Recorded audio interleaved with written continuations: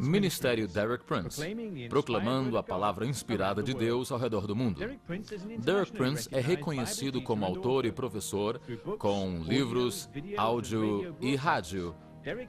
Derek tenta alcançar os inalcançados e ensinar aqueles que não foram ensinados. Por 50 anos de ministério, ensinando em centenas de países em mais de 50 línguas. E agora, Derek Prince.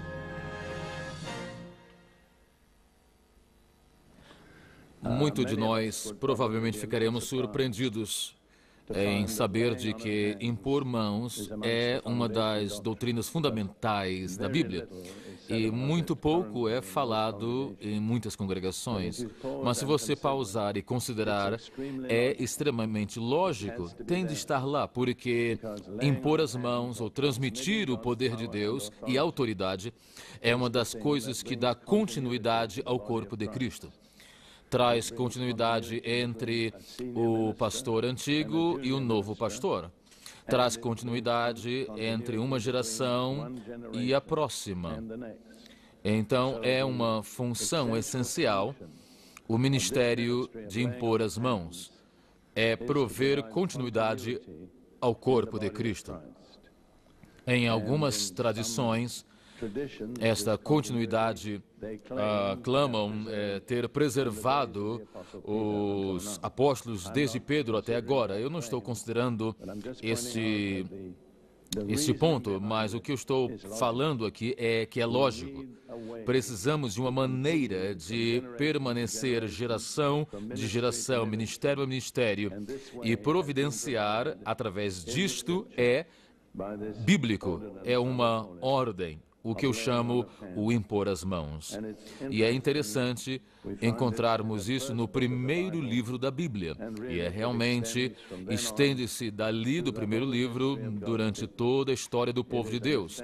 É um elemento essencial na história do povo de Deus. Eu gostaria de dizer que há alguns propósitos espirituais que isso contribui. Primeiro, vamos notar o fato de que pôr a mão em outra pessoa é uma reação natural humana. A mãe tem um bebê que está enfermo, tem uma febre, então ela vai pôr a mão sobre a criança. Ou se dois homens não se veem por muito tempo e se encontram, então eles vão pôr mão nos ombros ou vão dar a mão um ao outro, mas vão fazer contato pelas mãos. A mão é uma das maneiras que o humano faz contato com o outro. E no contexto espiritual, eu gostaria de sugerir que há alguns propósitos que têm de ser cumpridos. Primeiro, é transmitir. Na Bíblia, encontramos o impor a mão, transmitir a autoridade, a bênção, sabedoria, o Espírito Santo, dom espiritual ou o ministério. Então, deixe-me dar essa lista mais uma vez. É usado para transmitir bênção, autoridade, sabedoria, o Espírito Santo, um dom espiritual ou um ministério. Em segundo, é usado para dar comissão. É a maneira bíblica de dar comissão a uma pessoa para um lugar de serviço no corpo de Cristo. E assim, reconhece-se a nomeação feita por Deus. Nós necessitamos entender que há coisas na igreja que não são feitas por voto. Deus não se submete a votos. Muitas igrejas votam nos diáconos, votam nos pastores, votam em alguém, e na realidade não é bíblico, porque Deus é que nomeia. Jesus disse aos seus discípulos: eu vos escolhi e não vocês a mim. Eu creio de que isso é verdade em toda função válida e ministério onde nomeamos na igreja. Não é um homem que dá voz para Deus, mas é Cristo Jesus que é a cabeça, que, nesse sentido, sendo cabeça da igreja, faz. E eu não creio de que nomeações deveriam ser feitas na autoridade do nome de Jesus, então tem alguma validade, mas eu creio de que a nomeação é feita para fazer a pessoa ser reconhecida no que Deus decidiu que a pessoa fosse ou fizesse. Eu creio de que numa reunião de igreja onde discutimos diáconos, o propósito não é de decidir quem você quer que seja diácono. O seu propósito é reconhecer quem é que Deus quer que seja diácono. Isso é uma atitude bem diferente e estamos corruptos pela democracia, que não tem quase lugar nenhum na Bíblia ou na igreja. Não quero ir além disso porque é um pouco controversial e eu não quero gastar tempo nisso. Mas, segundo, além de reconhecer, o impor a mão aparta para um trabalho específico ou ministério. Terceiro, apoia ou dá autoridade.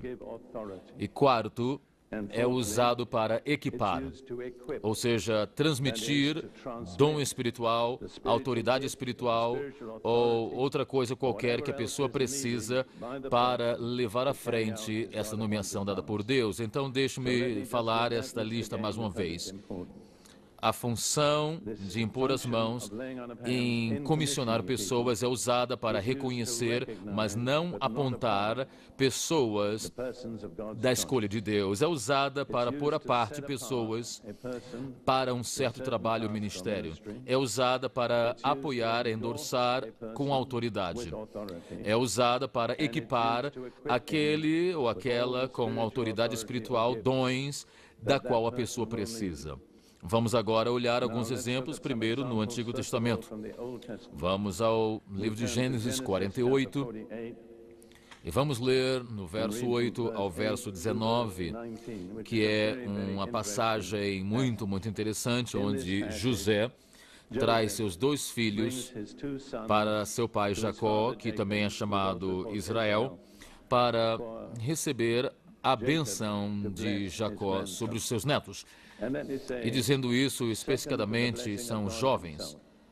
E uma das coisas que os jovens precisam aqui entender é de que o melhor é a bênção do pai ou do avô. Por favor, jovens, se você puder, tenha a bênção do seu pai em qualquer coisa que você fizer. É muito importante.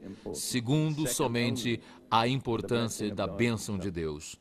E você vai ver de que a Bíblia dá importância na bênção do Pai.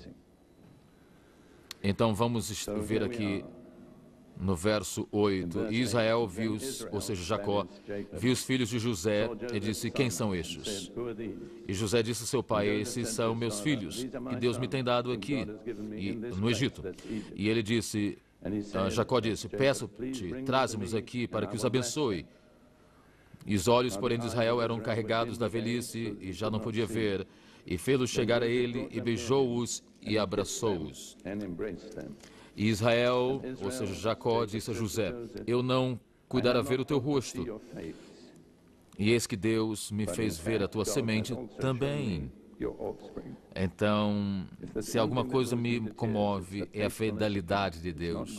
Não é tristeza, mas toda vez que eu vejo a fidelidade de Deus, eu fico completo, cheio de lágrimas. E José os tirou de seus joelhos e inclinou-se à terra diante da sua face. Note aí o respeito das pessoas na Bíblia, mostrando aos pais para os seus anciões. E tomou José ambos, Efraim na sua mão direita, à esquerda de Israel, e a Manassés na sua mão esquerda, à direita de Israel, e fê-los chegar a ele. Mas Israel estendeu a sua mão direita e a pôs sobre a cabeça de Efraim, que ainda era menor, e a sua esquerda sobre a cabeça de Manassés, dirigindo as suas mãos avisadamente, ainda que Manassés era o primogênito. Normalmente, o primogênito receberia a maior bênção e deveria ser dada pela mão direita. E José, especialmente, arranjou de que Manassés estaria, então, que era o maiorzinho, estaria na mão direita. Mas Jacó, pelo Espírito Santo, desvirou a mão e pôs a mão direita, então, do outro lado, sobre Efraim, e a mão esquerda sobre Manassés. E abençoou José e disse, o Deus em cuja presença andaram os meus pais Abraão e Isaque, o Deus que me sustentou, Deus desde que eu nasci até esse dia, o anjo que me livrou de todo o mal. Sabe isso aí, não? Naquele momento que Jacó encontrou o anjo em Peniel, é o que ele está falando. O anjo que livrou de todo o mal, abençoe esses rapazes e seja chamado neles o meu nome, e o nome de meus pais, Abraão e Isaque, e multipliquem-se como peixes em multidão no meio da terra. Veja aí também quão importante é transmitir o nome. Essas coisas aqui estão fora de moda hoje, mas não saem de moda dos olhos de Deus. E vendo José que seu pai pusera a mão direita sobre a cabeça de Efraim, não foi mal aos seus olhos. E tomou a mão do seu pai para transpor de sobre a cabeça de Efraim a cabeça de Manassés. E José disse a seu pai: não assim, meu pai, porque este é o primogênito. Põe a tua mão direita sobre a sua cabeça. Mas seu pai o recusou e disse: eu sei, filho meu, eu sei. Também ele será um povo, e também ele será grande. Contudo, seu irmão menor será maior que ele, e as suas sementes serão uma multidão de nações. Assim os abençoou naquele dia, dizendo: em ti Israel abençoará, dizendo: Deus te ponha como a Efraim e como a Manassés, e pôs a Efraim diante de Manassés. Isso é uma fotografia muito viva. É muito preciso. Foi compreendido de que a maior bênção seria para a mão direita, mas era tão real ali, aquela transmissão não era uma formalidade, uma cerimônia, foi algo que era vital, era uma transição. E dois homens aqui, Efraim e Manassés, estava ali transmitindo-se o destino deles. Então, nunca vamos subestimar o poder e a autoridade e a importância de pôr as mãos quando é feito pelo Espírito Santo. E depois vamos ler em Números 27, onde encontramos Moisés dando a lei e dizendo: é momento de nomear o líder. E Moisés nunca entrou na terra prometida, mas ele estava muito preocupado com o povo de Deus, Israel. Então Moisés disse em Números 27, 15.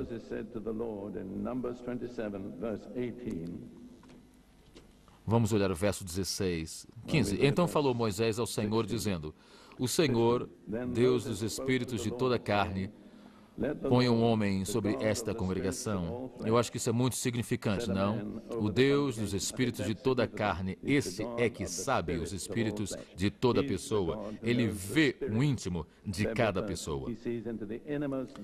Que o Senhor, Deus dos espíritos de toda a carne, ponha um homem sobre esta congregação, que saia diante deles e que entre diante deles, e que os faça sair e que os faça entrar, para que a congregação do Senhor não seja como ovelhas que não têm pastor.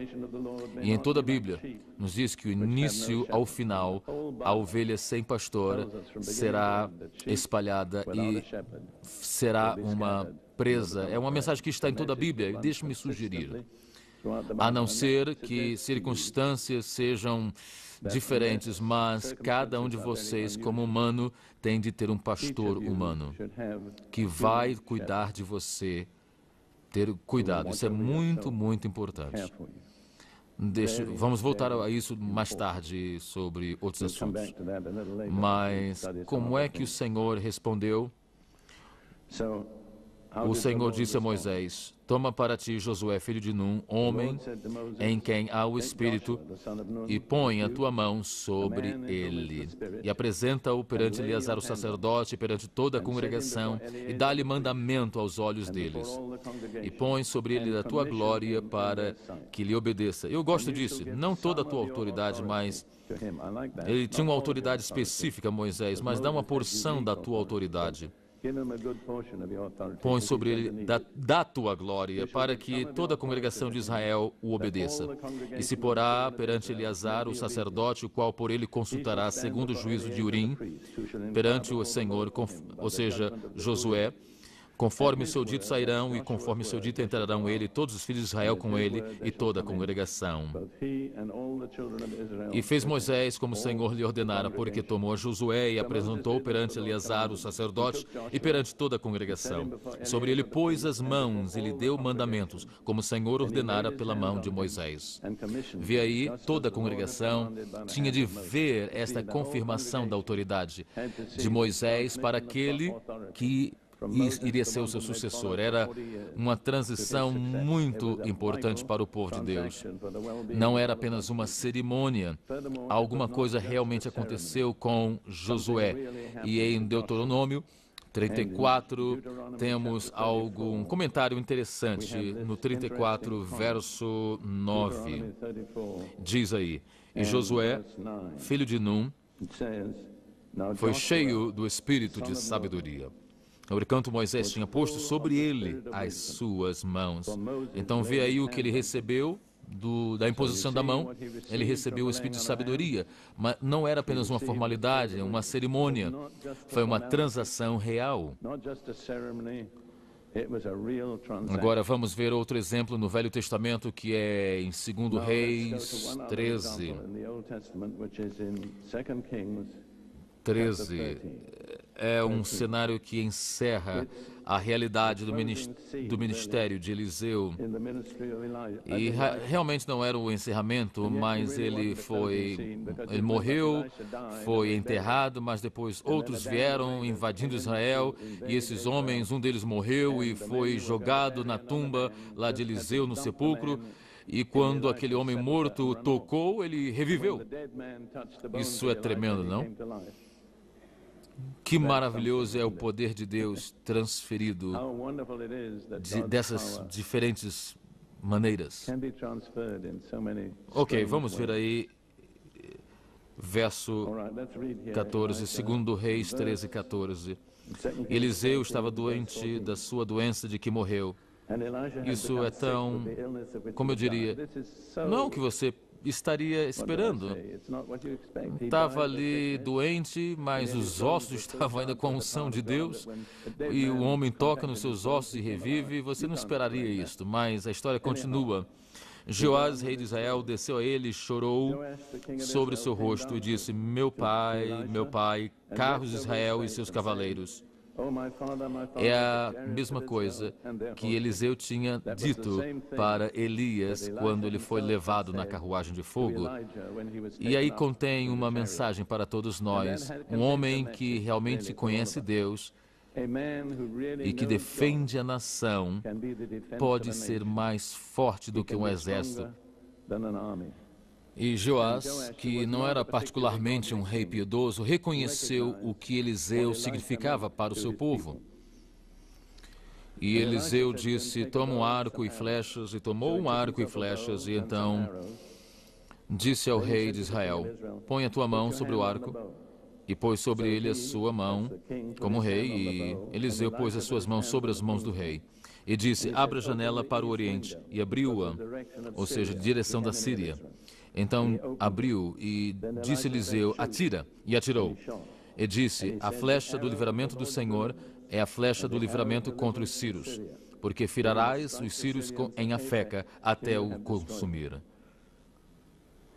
E encontramos aí de que ele bateu as flechas 3 vezes, e 3 vezes Joás pôs os sírios para fora. Na realidade, Eliseu ficou triste porque ele disse: deveria ter batido mais, mas era o pôr da mão de Eliseu na mão do rei, quando estava ali com o arco, que fez isso a realidade. Ou seja, mais uma vez, o sobrenatural mostrando que é alguma coisa real quando uma pessoa pega a sua mão e põe a mão em outra. Agora vamos olhar no Novo Testamento. E eu quero considerar os propósitos indicados no Novo Testamento do impor as mãos. Primeiro, para dar saúde ao enfermo. Jesus disse, quando comissionou os discípulos, em Marcos 16, ele diz: esses sinais seguirão os que crerem. E quinto sinal era: porão as mãos sobre os enfermos e os curarão. Em outras palavras, pondo as mãos no enfermo era uma maneira de ministrar a cura divina da parte de Deus. Em Tiago 5, 14 e 15, tem aí outra ordem que diz: tem algum doente entre vós, ou seja, os crentes, então que chame os anciãos da igreja e que orem sobre ele, ungindo-o com óleo no nome do Senhor. Então é bem similar à oração sobre a pessoa, ou pôr a mão sobre a pessoa, mas também ungindo. E óleo é, como vocês sabem, creio, é sempre um tipo do Espírito Santo. Então o óleo não produz a cura, mas é o símbolo que traz o Espírito Santo naquela cerimônia para o corpo da pessoa doente. Então, eu quero dar uma sugestão. Qual é a diferença entre impor a mão ou pôr a mão com óleo? Eu sugiro o seguinte, e eu sugiro a vocês, é algo pessoal, o impor as mãos sem o óleo era para as pessoas que não eram membros da igreja, mas para os membros da igreja, a ordenança era ter o óleo da unção.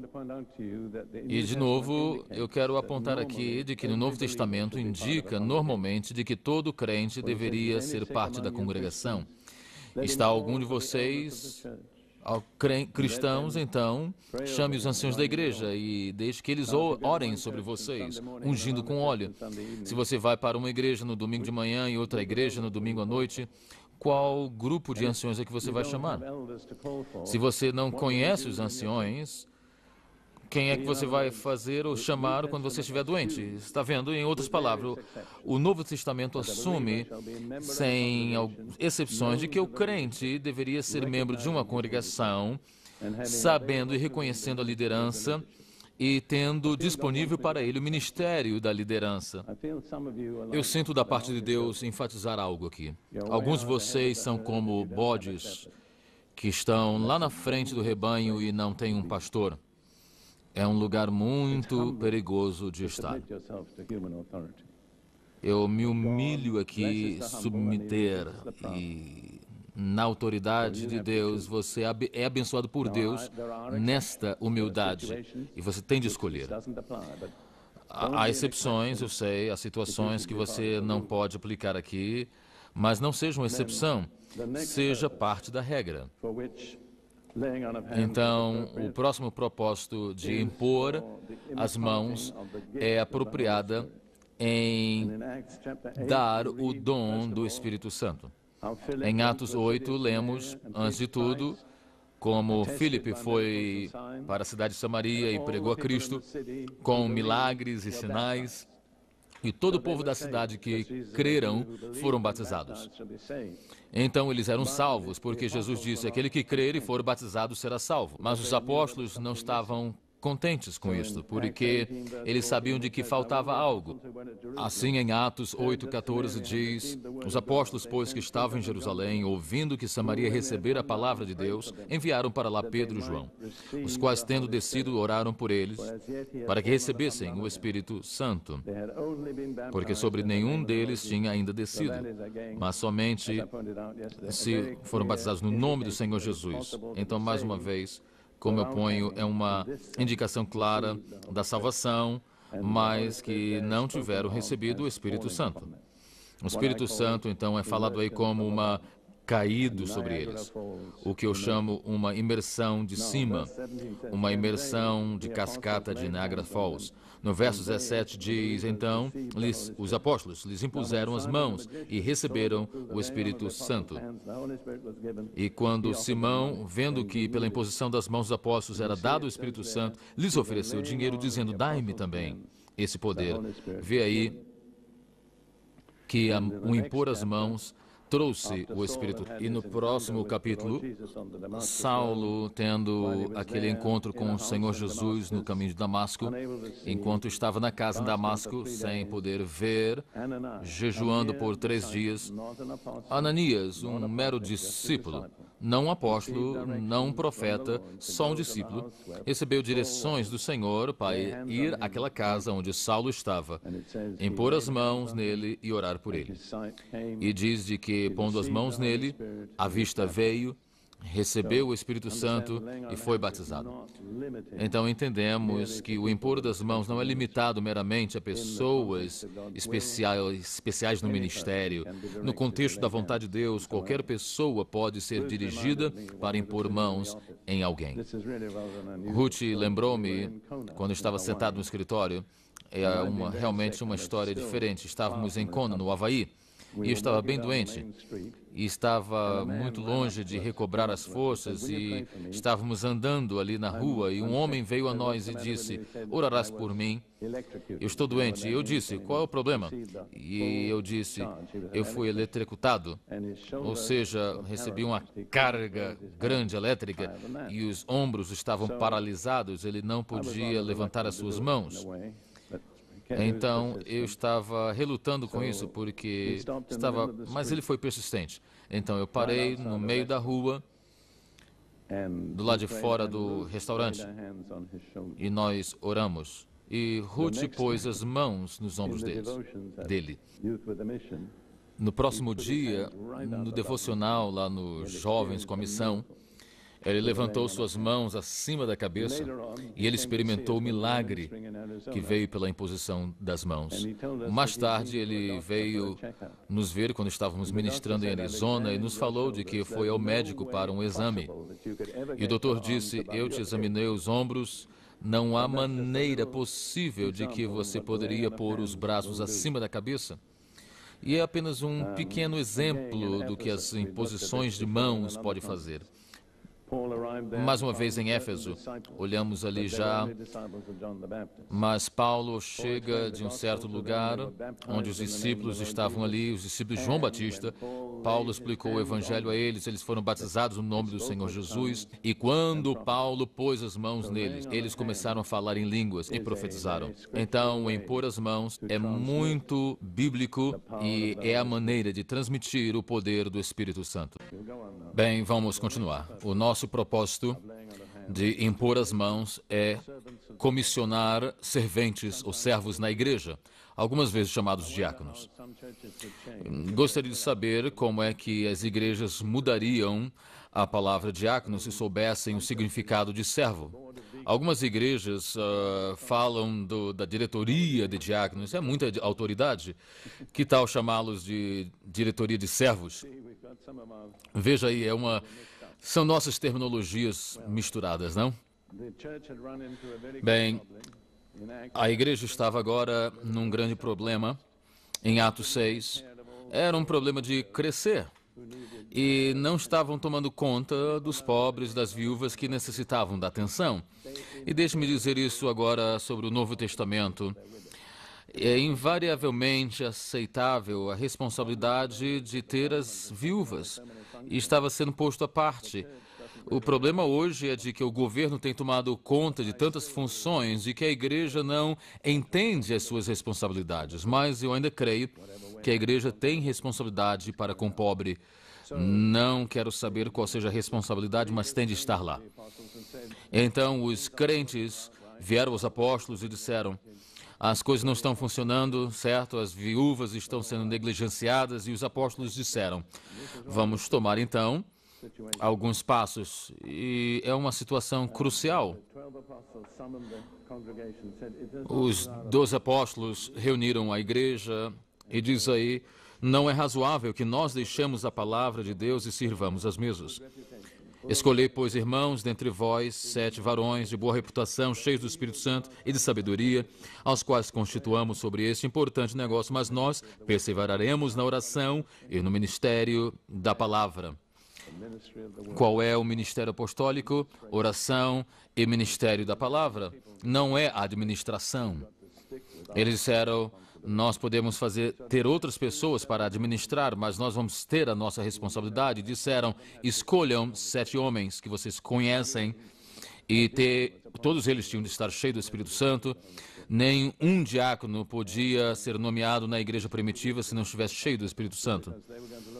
E era a sabedoria dos apóstolos, vê, porque eles não poderiam estar olhando as finanças e pediram à congregação para escolher homens e aceitaram esses homens e ordenaram esses homens. Mas depois disso, então a congregação nunca poderia reclamar dos homens porque eles escolheram os homens. Vê como é que Deus é sábio? Então, diz aí, trouxeram esses homens, puseram diante dos apóstolos e, orando por eles, puseram mão sobre eles. Foram ordenados. Se você gostar de dizer diáconos, mas a palavra diácono não é usado aí, eu quero usar a palavra apoiador. Os apóstolos disseram, estamos tão ocupados que precisamos de apoio. A posição do apoio ou do ajudante era muito importante. É interessante ver o que aconteceu com dois desses homens. O Estevão foi o primeiro mártir e Filipe foi o primeiro evangelista. Então, irmãos ou irmãs, deixe-me dizer, se começaram como servos, tenha na mente de que vai ser um degrau para ir a outro lugar. Na realidade, se você não começar como servo, na realidade nunca vai ser promovido por Deus, porque Deus trabalha promovendo pessoas de baixo para cima. Ok, o propósito de impor as mãos é enviar apóstolos.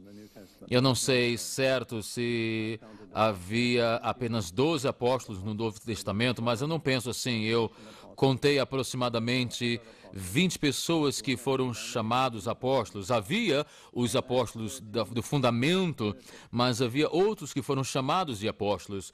E vemos ali em Atos 13, quando fala da igreja em Antioquia, que era o modelo de igreja. Na realidade, foi além da igreja em Jerusalém, que ficou um bocadinho atrasada no que eu chamo de foco interno. É um dos grandes problemas da igreja de hoje. Muitas igrejas estão pondo a sua atenção nos problemas de dentro e não têm tempo suficiente para tratar do assunto de fora, que é pregar o evangelho. Mas as pessoas em Antioquia tinham uma visão diferente e muito importante. Atos 13, iniciando no verso 1, na igreja que estava em Antioquia havia alguns profetas e doutores, a saber, e 5 são nomeados: Barnabé, Simeão, Níger, Lúcio, e Manaém, e Herodes e Saulo. Se você pode crer em profetas e mestres, então o caminho está aberto para apóstolos. E eu vou te mostrar como. Ao ministrarem ao Senhor, eu quero crer de que em outra versão diz, ao eles adorarem a Deus. É tão importante, vamos falar disso depois, mas louvor é tão importante. Ao eles adorarem ao Senhor, o Espírito Santo disse, apartai-me a Barnabé e a Saulo para o trabalho que eu os tenho chamado. Note aí de que o Espírito Santo está falando como Deus, separe-me esses 2 homens. Como é que você acha de que o Espírito Santo falou? Você acha de que era um corpo sem forma, uma voz por aí? Ou você acha de que ele falou pelos um dos 5 homens? Faça a sua decisão, mas eu quero crer de que houve uma palavra profética. E tendo jejuado e orado, e eu sou um crente tremendo em jejuar e orar, e podemos fazer muito, mas nada vai acontecer na igreja se não jejuarmos e orarmos. E é a segunda vez que eles estavam jejuando. Eles já tinham jejuado quando receberam a mensagem. E tendo jejuado e orado, puseram as mãos sobre eles e os enviaram. E note aí de que não escolheram o diretor dos jovens, que é o que algumas igrejas fazem. Escolhem aí os 2 melhores homens. Escolhem o melhor. Promoção para o ministério de evangelizar e ir ao mundo começa de cima, não de baixo. E, mais uma vez, a igreja aprende uma lição tremenda hoje aí. As pessoas que são ditas missionárias, ou que você quiser chamar, não são as pessoas menores, deveriam ser os melhores, escolhidos por Deus. Mas chegamos nesse lugar com uma ênfase errada na nossa estrutura interna, onde estamos tão absorvidos conosco próprios de que não temos a visão do Senhor. Eu não sei se você vai me perdoar em dizer isso, mas muitas pessoas nesse movimento moderno do Espírito Santo em alguns lugares são como astrônomos nos dias de Ptolomeu. Se você conhece um pouquinho de astronomia, eu não conheço muito, mas Ptolomeu estava convencido que o Sol estava girando e ao redor da Terra. E Copérnicos veio e disse, não é certo. A Terra é que revolve em volta ao Sol. E a igreja queria pôr o homem à morte, porque contradizia suas tradições e escapou com a sua vida. E por que a igreja estava tão raiva? Porque estava contrário às suas tradições. E eu digo, muitos cristãos ainda estão vivendo nesta era de Ptolomeu. Ainda creem de que o Filho, Deus, é que gira ao redor de nós. Ainda não aprenderam que é do outro lado, maneira, nós é que giramos ao redor do Sol. Jesus não está aqui para o nosso benefício. Nós estamos aqui para a sua glória. Você pode ver alguma dessas músicas que cantamos, põe toda a atenção no que Jesus vai fazer por mim. É maravilhoso, mas é menos importante do que nós vamos fazer por Jesus. Aí é onde está a ênfase. Mesmo assim, a igreja enviou 2 dos melhores.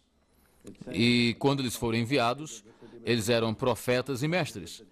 E se você ler lá no próximo capítulo de Atos 14, a Bíblia diz de que a multidão estava dividida. Alguns estavam com os judeus e outros com os apóstolos. E no verso 14 diz, mas quando os apóstolos Barnabé e Paulo ouviram, etc. Ou seja, eles agora eram apóstolos. Como é que se tornaram apóstolos? Sendo enviados de uma igreja pela direção do Espírito Santo. Veja aí, o significado da palavra apóstolo é um que é enviado. Se você não foi enviado, você não é um apóstolo. Então aqui há 2 homens que não eram dos originais 12, Paulo e Barnabé, sendo chamados de apóstolos. Como é que se transformaram em apóstolos? Pela nomeação do Espírito Santo. Como é que ouviram a voz do Espírito Santo? Pela oração, pelo jejum, pelo louvor a Deus. E quando a igreja, a liderança faz isso, ela vai ver os apóstolos emergindo. Vamos então ver o próximo. No Novo Testamento, sobre o impor das mãos, é o de nomear anciões. Atos 14, 23, diz aí de que esses 2 apóstolos, Barnabé e Paulo, nomearam anciões em toda a igreja. Então, o apontamento, a nomeação, iniciou com os apóstolos. E aí, escreveu-se a Timóteo, que era o representante em Éfeso. E 1 Timóteo, lá em Éfeso, Paulo diz, 5:17, e em seguir, ele está instruindo sobre que tipo de pessoa deveria ser ancião. Os presbíteros que governam bem sejam estimados por dignos de duplicada honra, principalmente que trabalham na palavra e na doutrina. A dupla honra, se você analisar no Novo Testamento, significa alguma coisa financeira. A palavra honra, no Novo Testamento, não é um título, significa você mostra respeito pela maneira que você toma conta das pessoas. Eu tenho dito isto, se você duplicar 0, você ainda tem 0. Então, tem um sistema de remuneração aí, e aqueles que dão tempo completo para a palavra de Deus deveriam ser remunerados pelas pessoas que os ouvem, de acordo com o tempo que eles dão, claro. Agora, Paulo continua no verso 19. Não aceiteis acusação contra presbítero, senão com 2 ou 3 testemunhas. Isso é muito importante. Não fique entretendo acusação contra um homem numa posição de ancianato, a não ser que esteja apoiado por pelo menos 2 testemunhas. E eu já vi tantos casos onde homens de Deus foram perseguidos pelo povo com calúnias e pedindo evidências sem ter nenhuma testemunha. Nunca faça isso, porque o trabalho específico de Satanás é atacar as pessoas no ministério através de calúnias falsas. Aqui está a proteção. Não fique brincando com a acusação contra um ancião, a não ser que tenha 2 e preferivelmente 3 testemunhas oculares. E muitas coisas na igreja vão mudar se nós mantermos essa regra. Paulo continua então no verso 21. Conjuro-te diante de Deus e do Senhor Jesus Cristo e dos anjos eleitos, que sem prevenção guardes estas coisas, nada fazendo por parcialidade, que não tem lugar nenhum no reino de Deus. A ninguém imponhas precipitadamente as mãos, nem participes dos pecados alheios. Conserva-te a ti mesmo puro. Isso aí está no contexto de tratar com anciões. Então, quando diz não imponhas as mãos precipitadamente, significa não nomeie ancião de qualquer maneira. Tem de ter a mente de Cristo. Tenha cuidado ao você pôr a mão. Ele tem de ter qualificações. E eu já falei isso muitas vezes. É muito mais fácil pôr a mão sobre alguém do que tirar a mão de alguém. Se você nomeou um ancião, é um problema, porque você não vai conseguir livrar-se dele. Então Paulo diz a Timóteo, tenha muito cuidado, não ponha as mãos sobre alguém como ancião, a não ser que você tenha certeza absoluta da parte de Deus. E não tenha compromisso com o pecado do homem, porque se eu a nomear como ancião, um presbítero, alguém que não é digno e que vai tomar proveito da igreja e do povo de Deus, eu vou ter parte nesse pecado. Então temos de ter muito cuidado. Eu vou dizer que em nossa igreja em Fort Lauderdale, não é uma igreja modelo, mas apontamos anciões e cremos, e eles passam por lá, e esses homens que eu nomeei recentemente tiveram de responder perguntas por 2 dias, e tudo é tomado em conta. Muitos problemas podem ser resolvidos se não fossem nomeados de qualquer maneira. Muitas lições saem daí desse impor as mãos, né? Sim, não é algo pequeno. Qual é o propósito de pôr as mãos? Em todos esses casos é onde servos ou apóstolos ou anciãos, é aí a transmissão de autoridade e pôr a parte e apoiar e equipar a pessoa para o serviço. Agora, a outra função do impor de mãos. Paulo escreve aos cristãos em Roma e disse, eu amaria vir a vós para compartilhar um dom espiritual, mas ele não fez isso, mas ele foi depois. E em 2 Timóteo 1:6, Paulo escreve a Timóteo, por esse motivo, lembro-te que despertes o dom de Deus que existe em ti pela imposição das minhas mãos. Então, o dom foi transmitido a Timóteo pela imposição das mãos de Paulo. Agora, no grego, a palavra usada é carisma, da onde temos a palavra carismático. E deixe-me dar a minha opinião pessoal, e você pode discordar comigo e ainda ir para o céu. Mas se você me amar, eu creio que carisma que foi posto em Timóteo foi o apostolado, porque você vai encontrar outros apóstolos. Vamos ver aí o apostolado de Timóteo. Timóteo também foi apóstolo. Talvez você não sabia isso. Eu vou te mostrar na Bíblia. 1 Tessalonicenses 1, verso 1.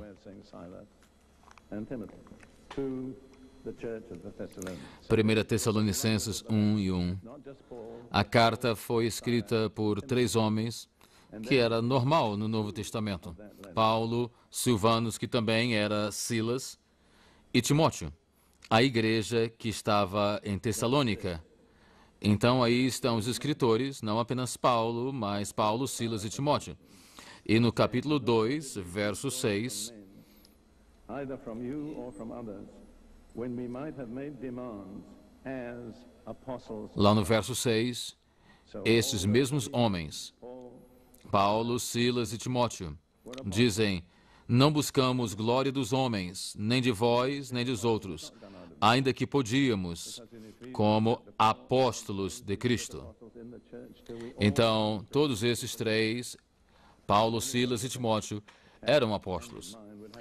Você entende? O ministério de apóstolo não é apenas para o passado, ainda é para hoje. Efésios 4 fala de que ele pôs apóstolos na igreja para que venhamos à unidade da fé. E qualquer um que tenha uma mente imparcial vai ver de que vai reconhecer a unidade da fé, certo? Então, apóstolos eram necessários, pastores, evangelistas, profetas, mestres, todos são necessitados para que o trabalho esteja completo. Então, eu quero apontar quantos homens temos aqui? Paulo, Barnabé, Silas, Timóteo, e é isso. Então, 4 ou 5 apóstolos nomeados depois do dia de Pentecostes. Gostaria de tomar um pouquinho de tempo aqui, simplesmente para entrar na questão do apostolado de Timóteo. E quero delinear que Timóteo foi chamado de apóstolo. E como se tornou apóstolo? É uma pergunta importante, porque eu quero crer de que precisamos de apóstolos desesperadamente na igreja. Deixe-me lhe dizer de que Jesus disse à igreja em Éfeso que aqueles que tentavam dizer que eram apóstolos, mas não eram, então eram mentirosos. Então nem todos podem ser apóstolos e têm de ser testados. E sabe onde é que os mentirosos vão? Sabe, não? Não sabe para onde vão os mentirosos? Eles vão acabar no lago de fogo. Então é algo muito sério. Se alguém disser que é apóstolo e não é, você vai acabar no lago de fogo. Agora, vamos olhar esta situação em Atos 16. Paulo começou com Silas e na sua segunda viagem missionária.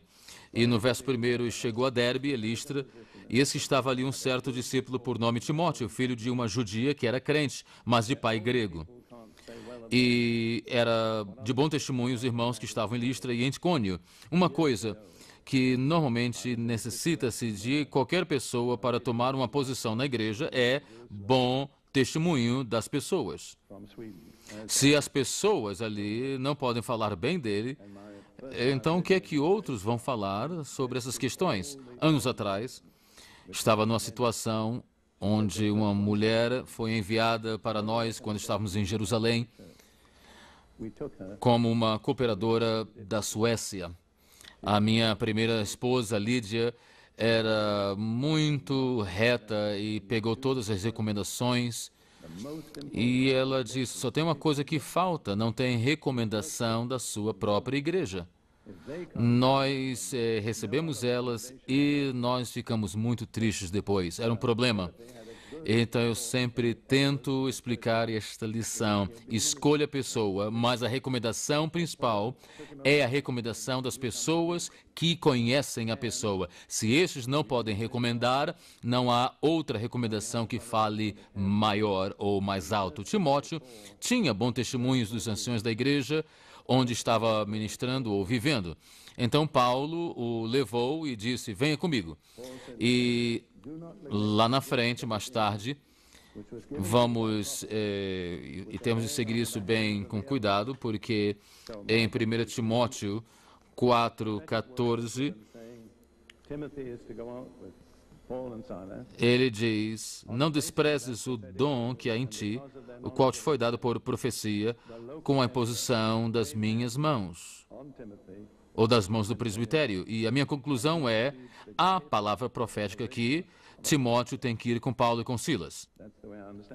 E baseado na palavra profética e por causa do conhecimento do seu caráter, os anciões locais puseram as mãos em Timóteo e o enviaram.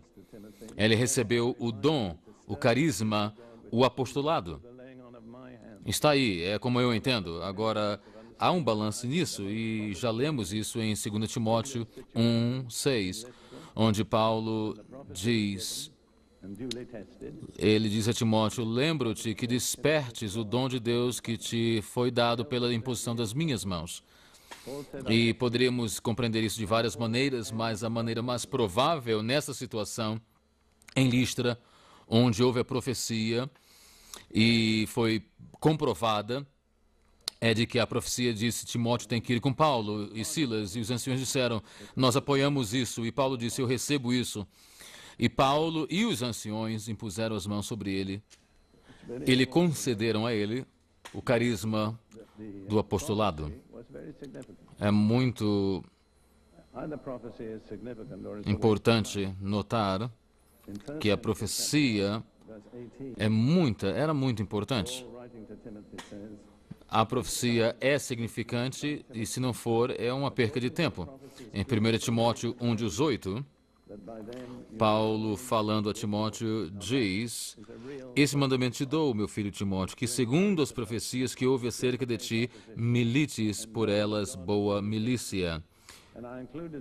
E aí está uma real profecia, é para encorajar a pessoa, porque vai ter oposição, mas você vai saber de que Deus te escolheu, e incluí isso aqui no impor as mãos no meu livro, e chegou aqui à Nova Zelândia, e um homem, um cristão, um líder muito conhecido, que não vou falar o nome dele, teve uma profecia sobre ele quando estava nos Estados Unidos para fazer um trabalho, e ele ficou muito desencorajado e ia desistir, e leu esse livro, e ele disse, eu vou fazer o que a profecia disse. E eu vou dizer quem era, o Short. E é uma das coisas de que ele fez e afetou muito esta nação aqui. Está vendo como é significativo você dar valor à profecia feita no Espírito Santo?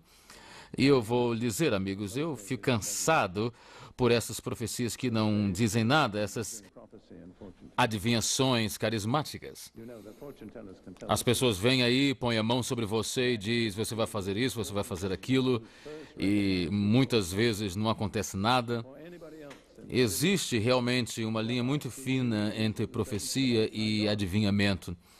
O adivinho pode até falar uma verdade, sabia? Em Atos 16, havia ali uma mulher adivinha que reconheceu que Paulo e Silas eram o que eles eram. Ninguém na cidade de Filipe sabia quem eles eram, mas ela disse, vocês são servos do Deus vivo e vocês vêm mostrar a salvação. Mas estava servindo a Satanás. Eu quero apenas alertar vocês. E eu tive de tratar com perigos e alertas. Eu tenho um momento apenas. 2 perigos que eu quero mencionar. Primeiro, apoiar ou endossar uma pessoa que não tem qualificação. É um problema porque você vai se encontrar numa situação grave. E outra é contaminação espiritual. Talvez você ponha a mão e você ora sobre alguém para libertação espiritual, mas você tem que saber como se proteger, porque pode ser uma transação de 2 vias, porque aquele espírito pode te afetar, o espírito mau. Eu lembro-me uma ocasião num grupo que eu estava, pus as mãos ali sobre um homem que tinha depressão, mas eu não o tinha ainda levado a conhecer Jesus e ele foi atacado por depressão. E eu não tinha proteção e vi-me com problemas. E você tem de orar, sabendo por quem você tem de orar, com oração, humilhação, dirigido pelo Espírito Santo. Seja protegido pelo sangue de Jesus. Saiba como se manter sob o sangue de Jesus. É o que Jesus disse aos discípulos. Eu vos dou autoridade sobre todo o poder do inimigo e nada vos afetará. Amém.